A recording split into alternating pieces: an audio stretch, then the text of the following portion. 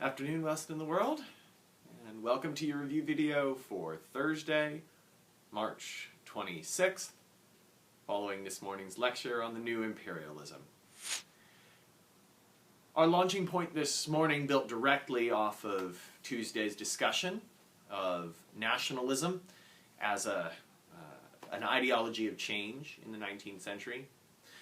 We talked about how France, especially in the wake of its defeat in the Franco-Prussian War, devoted itself to reviving or resuscitating its nationalist pride by building its overseas empire.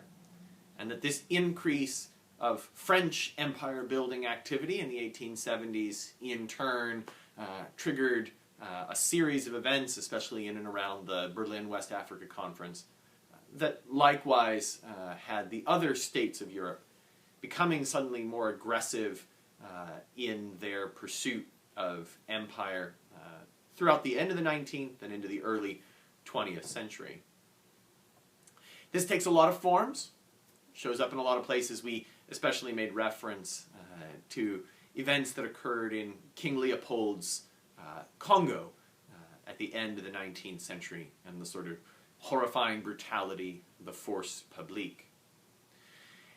We shifted from that sort of story of the scramble, the beginnings of the scramble for Africa, to a discussion of the roots, the motivating causes that lie behind this new imperialism. And I think that we can sort of break those down in maybe three categories: politics, culture, and economics. On the political or sort of geopolitical front, there is this nationalist rivalry that is a high priority in foreign policy for all the states of Europe.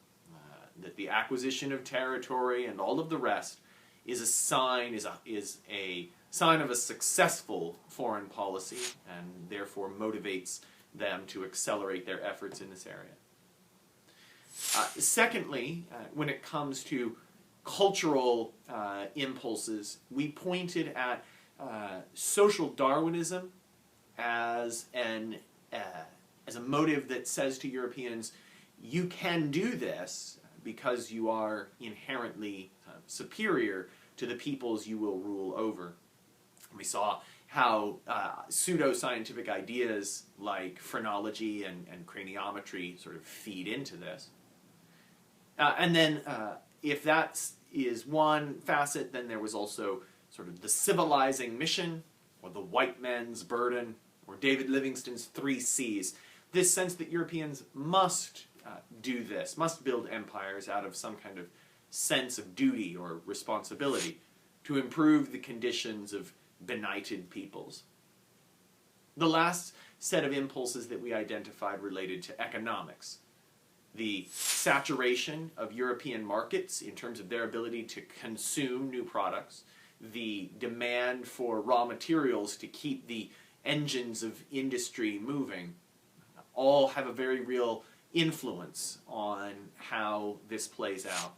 And then as we concluded, we tried to sort of bring all of these threads together by looking at the advertisements for commodities like soap that are being sold on the basis of linking them to the power and prestige, the glory and civilizing effects of empire. And those images, we said, are representative of all of these sort of different priorities, these different veins of thinking, and help us to understand the profound gap that Europeans perceive as existing between themselves and the people over which they are now ruling as the heads of these empires. We'll see as we move forward how all of these things feed into conflicts amongst European states, but also how they will eventually be sort of exposed for their own, the sort of inherent hypocrisies of their own positions. But those things for another day. Have a good weekend, everybody. See you next week.